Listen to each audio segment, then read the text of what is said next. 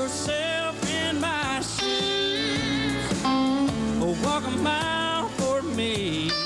And lots of Nashville's finest would like to be in Clint Black's shoes as one of the singers up for the prestigious Entertainer of the Year. Also vying for the award are multi-nominees Gill, Brooks, McIntyre, and the reigning two-time CMA Entertainer of the Year, country superstar George Strait. And I'll come running back to you if I know me. The Judds are also nominated in 2 categories, Best Vocal Duo and Music Video. This will be their last awards show before they stop performing together. More than 20 years ago, the Fifth Dimension was topping the pop charts. Their blend of what they called champagne soul earned them 7 top 10 hits, half a dozen Grammys, and made them international stars. Now they're back in 5-part harmony.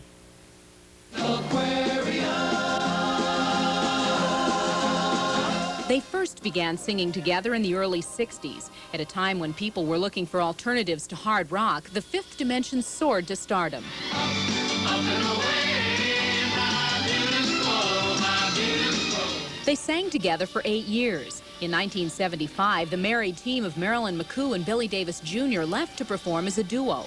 But even though they were a hit, things just weren't the same. You've missed that wonderful sound of 5-part harmony, everybody blending together and creating sounds that were just so beautiful. When you with a unit for 10 years, and it becomes a family, and you just miss that.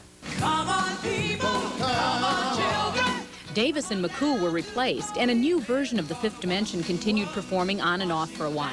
But original member Florence LaRue says there was nothing like that original sound. No one sings like Billy. You know, I mean, there's some fine male singers, and Marilyn's voice just has a quality that's just different. Up and away, my beautiful, my beautiful, my beautiful. One of the reasons the group decided to reunite was to see if 15 years of individual growth would be reflected in their sound. What they found was a fifth dimension with an added dimension. For me, there's an honesty there now that wasn't there when we were together before, because if I would be angry about something, I'd carry it around, I wouldn't say anything. And now that, I've matured a bit, I can say, well, I didn't like that, or whatever, and that feels good.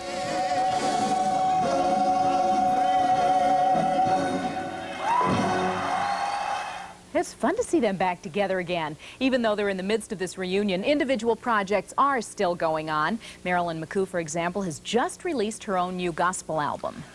Well, the Proverbs tell us one picture can be worth 1,000 words, and the ET Insider is here to tell you that some pictures may spell trouble for the stars. Maxine Lucille Fiel is the Mademoiselle magazine columnist credited with coining the term body language. In this month's issue, she checks out some photos and shares her insights with us. The body language in this shot of Tom Cruise and Nicole Kidman, for example, shows early signs of possible trouble down the road as Maxine feels Nicole appears a bit frosty and reticent. Analyzing this snapshot of Bruce Willis and Demi Moore, Maxine says the body language means Demi may be trying to reach Bruce on a level he's not capable of returning. When Maxine takes a gander at this photo of Michelle Pfeiffer and Fisher Stevens, she deduces Fisher is holding on for dear life. And if she moves on, he'll be hurting for quite a while.